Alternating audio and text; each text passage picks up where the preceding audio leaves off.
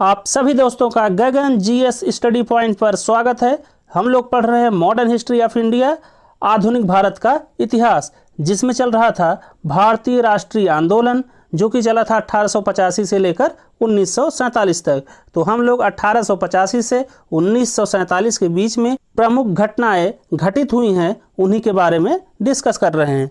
तो पिछली क्लास में हम लोग पढ़े थे जो हिंदुस्तान रिपब्लिकन एसोसिएशन कानपुर में 1924 में बना था, जिसके संस्थापक थे चंद्रशेखर आज़ाद, राम प्रसाद बिस्मिल, योगेश चंद्र चटर्जी और सचिंद्र नाथ सियाल जी। तो यहाँ तक हम लोग पढ़े थे, उसमें एक बार रिकैप कर लीजिए। तो हिंदुस्तान रिपब्लिकन एसोसिएशन ने क्या काम किया था? इसने ये काम किया था कि 9 अगस्त 1925 को काकोरी की डकैती कर दी थी। और काकोरी डकैती का आइडिया, विचार किसके मन में आया था? तो राम प्रसाद बिस्मिल जी के। और इसके बाद 29 लोगों को गिरफ्तार कर लिया गया और जिनमें से 4 लोगों को फांसी दे दी गई। जो वो 4 लोग कौन थे जिन्हें 19 दिसंबर 1927 को फांसी दे दी गई?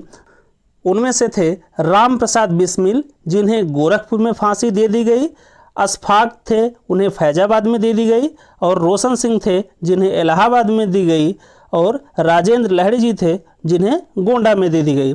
तो यहाँ तक हम लोग पिछली क्लास में पढ़े थे और आज से पढ़ेंगे साइमन कमीशन के बारे में। ये जान लीजिए साइमन कमीशन बना क्यों था।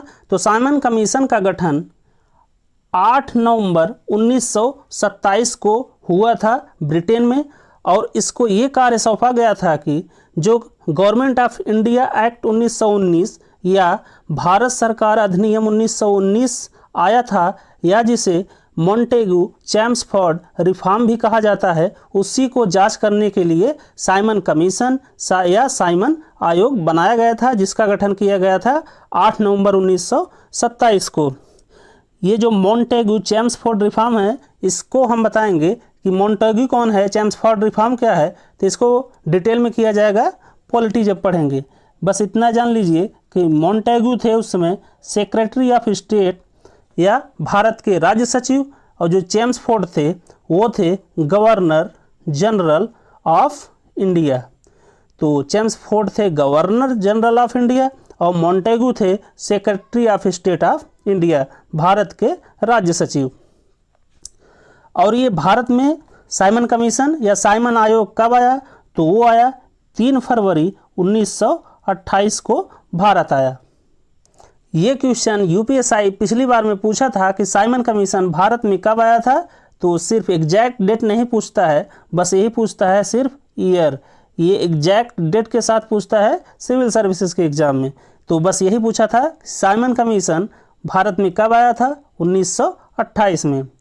फिर देखिए, भारतीय आंदोलनकारियों ने साइमन कमीशन वापस जाओ के नारे लगाए, जिनमें पहली बार जो नारा लगाया था वो थे लाला लाजपत राय।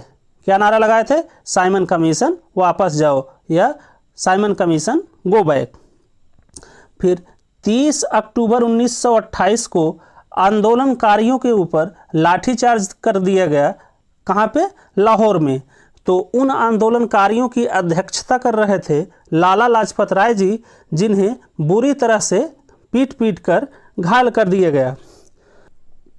और फिर 17 नवंबर 1928 को लाला लाजपत राय जी की मृत्यु हो गई। तो आंदोलनकारियों के ऊपर जो लाठीचार्ज हुआ था वो किसने किया था? तो वो किया था स्काउट ने।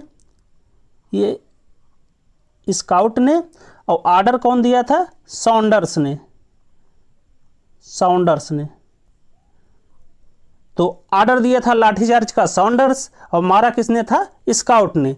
बाद में भगत सिंह, राजगुरु और चंद्रशेखर आज़ाद ने सॉन्डर्स को गोली मारकर हत्या कर दी थी। उसको हम लोग आगे देखते हैं। बस आप लोग इतना जानिए, 30 अक्टूबर 1928 को लाला लाजपत राय जी को लाहौर में मारा गया, घायल किया गया पीट पीट कर। और 17 नवंबर 1928 को लाला लाजपत राय जी की मृत्यु हो गई। फिर भगत सिंह जी एक पार्टी बनाए थे जिसका नाम था नौजवान सभा। इसका गठन कब किए थे? तो 1926 में। कहाँ पे किए थे? पंजाब में। ये भी है, इसको भी याद रखिएगा। उसके बाद फिर बना हिंदुस्तान सोशलिस्ट रिपब्लिकन एसोसिएशन, या जिसे HSRA भी कहा जाता है। इसकी स्थापना हुई 1928 को दिल्ली में, जिसके संस्थापक थे चंद्रशेखर आज़ाद, भगत सिंह और राजगुरु। तो HSRA ने 2 मुख्य काम किए थे जिनमें आपको सुनकर मज़ा आ जाएगा। तो पहला काम किए थे 8 अप्रैल 1929 को भगत सिंह और बटुकेश्वर दत्त ने केंद्रीय विधान परिषद या सेंट्रल लेजिस्लेटिव असेंबली में बम फेंक दिए। और किस लिए फेंका था? तो पब्लिक सेफ्टी बिल और ट्रेड डिस्प्यूट बिल के विरोध में वहाँ पे बम फेंक दिया केंद्रीय विधान परिषद में, जिसे असेंबली बम कांड भी कहा जाता है। बहुत बार क्वेश्चन में आया है। तो ये कब हुआ था? ये हुआ था 8 अप्रैल 1929 को। फिर दूसरा काम किए थे जो हम बता रहे थे कि साउंडर्स का मर्डर कर दिए थे। कौन कौन? 3 लोग। तो भगत सिंह जी, चंद्रशेखर आज़ाद और राजगुरु जी ने। और साउंडर्स का मर्डर कब किए थे? तो 17 दिसंबर 1928 को लाला लाजपत राय जी का बदला लेने के लिए साउंडर्स का मर्डर कर दिए थे। फिर एक चीज़ यहाँ पे छूट गया है, वो देख लीजिए। 23 मार्च 1931 को भगत सिंह, राजगुरु और सुखदेव जी को शहीद कर दिया गया। अर्थात इन लोगों को 23 मार्च 1931 के दिन फांसी दे दी गई। 27 फरवरी 1931 को चंद्रशेखर आज़ाद जी शहीद हो गए। तो कहाँ पे शहीद हुए थे? आज़ाद, इलाहाबाद में। जैसा कि लोग कहते हैं कि गांधी जी चाहते तो भगत सिंह की फांसी रुकवा सकते थे, लेकिन भगत सिंह की फांसी सिर्फ एक आदमी रुकवा सकता था, वो थे चंद्रशेखर आज़ाद जी।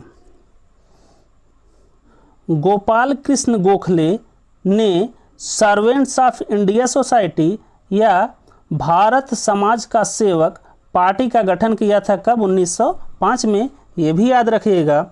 और भगत सिंह को जब लाहौर में गिरफ्तार किया गया तो इस घटना को लाहौर षड्यंत्र कहते हैं या लाहौर की कॉन्स्पिरेसी कहते हैं।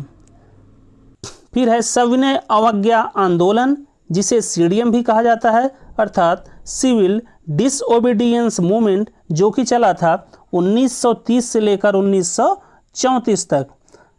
तो इसमें 2 चीज़ें हुई थी। पहला ध्यान रखने चीज़ कि CDM का उद्देश्य क्या था? तो CDM का उद्देश्य था कि प्रशासन के विशिष्ट गैर कानूनी कृत्यों को प्रदर्शन के द्वारा अपंग बनाना या कमज़ोर बनाना। तो पहला उद्देश्य क्या था CDM का? कि जो प्रशासन का गैर कानूनी काम था उसे प्रदर्शन के द्वारा कमज़ोर बनाया जाए। 12 मार्च 1930 को गांधी जी ने अप्रिय नमक कानून को तोड़कर CDM की शुरुआत की, या सविनय अवज्ञा आंदोलन की शुरुआत की। कब? 12 मार्च 1930 से। जिसमें क्या था कि गांधी जी के 78 फॉलोअर या अनुयायी कहते हैं, वो थे जो कि साबरमती आश्रम, जो कि है अहमदाबाद में, वहाँ से लेकर दांडी बीच तक यात्रा करेंगे। तो CDM का मुख्य उद्देश्य क्या था? तो उसमें पहला था कि जो प्रशासन का विशिष्ट गैर कानूनी कृत्य है उसे कैसे प्रदर्शन के द्वारा अपंग या कमज़ोर बनाया जाए। और इस दिशा में 12 मार्च 1930 को गांधी जी ने अप्रिय नमक कानून को तोड़कर CDM की शुरुआत की और अपने 78 अनुयायियों को लेकर साबरमती आश्रम से दांडी बीच तक यात्रा की। तो बस CDM में बस इतना ही है। उसके बाद सबसे मोस्ट इम्पॉर्टेंट टॉपिक गोलमेज सम्मेलन, जिसे शॉर्ट में RTC भी कहा जाता है। और RTC stands for round table conference. तो पहला राउंड टेबल कॉन्फ्रेंस कब से कब तक हुआ था? तो ये हुआ था 12 नवंबर 1930 से 19 जनवरी 1931 तक। तो वो स्थान कहाँ था जहाँ पे ये कॉन्फ्रेंस हुई थी? तो ये था जेम्स पैलेस, लंदन। और उस समय ब्रिटेन के राजा कौन थे? तो राजा थे जॉर्ज फिफ्थ। और अध्यक्ष कौन था? तो अध्यक्ष थे रामसे मैकडोनाल्ड। तो ये चीज़ आप लोग ध्यान रखिएगा। डेट एग्जैक्ट नहीं याद हो चलेगा, लेकिन ये याद रखिएगा कि पहला जो गोलमेज सम्मेलन हुआ था वो हुआ था 1930 से 1931 के बीच में। और किस स्थान पे हुआ था? तो जेम्स पैलेस, लंदन। और उसमें ब्रिटेन का राजा कौन था? तो जॉर्ज फिफ्थ। और उसकी अध्यक्षता कौन कर रहे थे? तो वो कर रहे थे रामसे मैकडोनाल्ड। ये जेम्स पैलेस, जॉर्ज फिफ्थ और रामसे मैकडोनाल्ड तीनों राउंड टेबल कॉन्फ्रेंस में कॉमन है, बस डेट चेंज रहेगी। तो पहले राउंड टेबल कॉन्फ्रेंस में जो कि हुआ था जेम्स पैलेस, लंदन में, कौन कौन भाग लिए या पार्टिसिपेट किए? तो आईएनसी, इंडियन नेशनल कांग्रेस या भारतीय राष्ट्रीय कांग्रेस, उसके बाद मुस्लिम लीग, जिन्ना वाली पार्टी, और फिर अंबेडकर जी, तीनों लोग उसमें शामिल हुए। लेकिन मुस्लिम लीग जो ब्रिटिशर्स प्रस्ताव रखे थे उससे राजी हो गए और अंबेडकर जी भी राजी हो गए। लेकिन आईएनसी जिसकी अध्यक्षता कर रहे थे महात्मा गांधी जी, वो उससे सहमत नहीं हुए। उसके बाद महात्मा गांधी जी नाराज होकर भारत चले आए और ये कहें कि अब वो आगे से किसी भी राउंड टेबल कॉन्फ्रेंस या गोलमेज सम्मेलन में भाग नहीं लेंगे।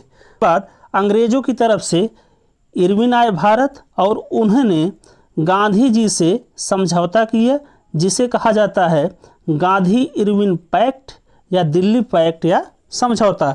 ये कब हुआ था? तो गांधी इरविन पैक्ट हुआ था 5 मार्च 1931 को।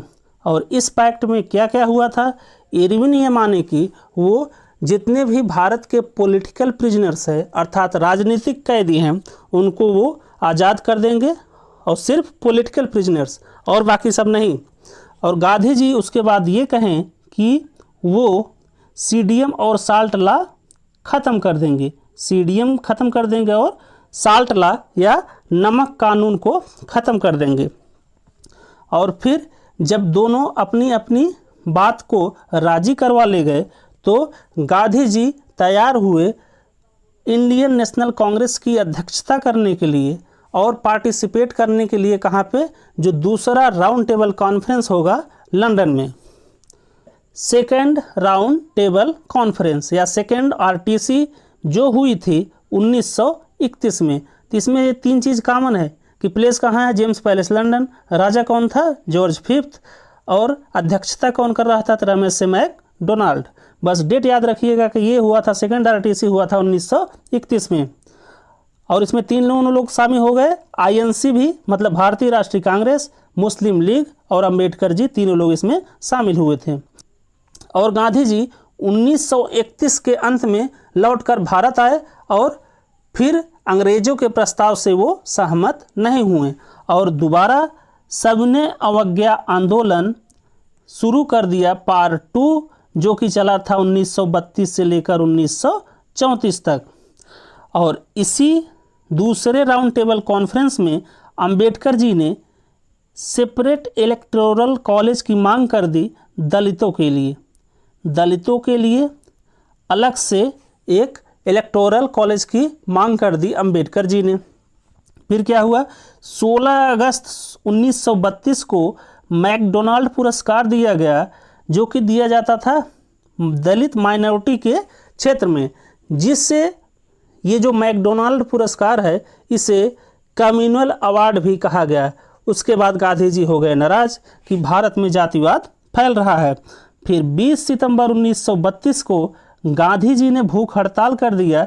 कहाँ पे किया? तो यारवाड़ा जेल पुणे में क्या कर दिया? भूख हड़ताल कर दिया। तब जब गांधी जी हड़ताल कर दिए 20 सितंबर 1932 को, तो अंबेडकर जी ने दलित अवार्ड को वापस लौटा दिया। फिर आगे 26 सितंबर 1932 को पूना समझौता हुआ।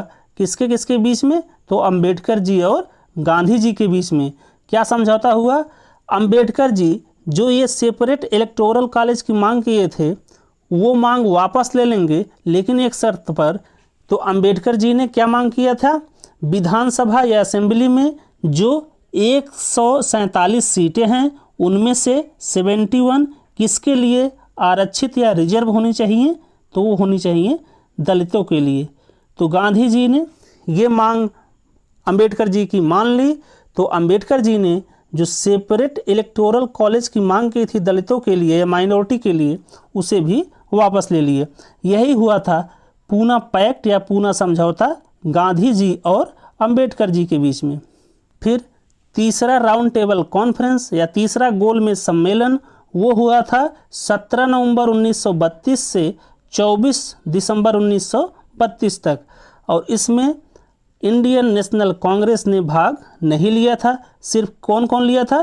तो जिन्ना वाली पार्टी, मुस्लिम लीग और अंबेडकर जी ने। और इस आरटीसी या राउंड टेबल कॉन्फ्रेंस में कुछ भी नहीं हुआ, बस एक चीज़ हुआ कि इस आरटीसी के बाद गवर्नमेंट ऑफ इंडिया एक्ट या भारत सरकार अधिनियम 1935 पास हुआ। तो बस तीसरे आरटीसी या तीसरे राउंड टेबल कॉन्फ्रेंस में आप लोग को ये चीज़ याद रखनी है कि इसके बाद government of India act, Bharat सरकार अधिनियम 1935 पास हुआ था। थैंक्स फॉर वॉचिंग दोस्तों। अगर वीडियो पसंद आया हो तो प्लीज़ भाई लाइक करो, शेयर करो, सब्सक्राइब करो। Thank you. जय हिंद।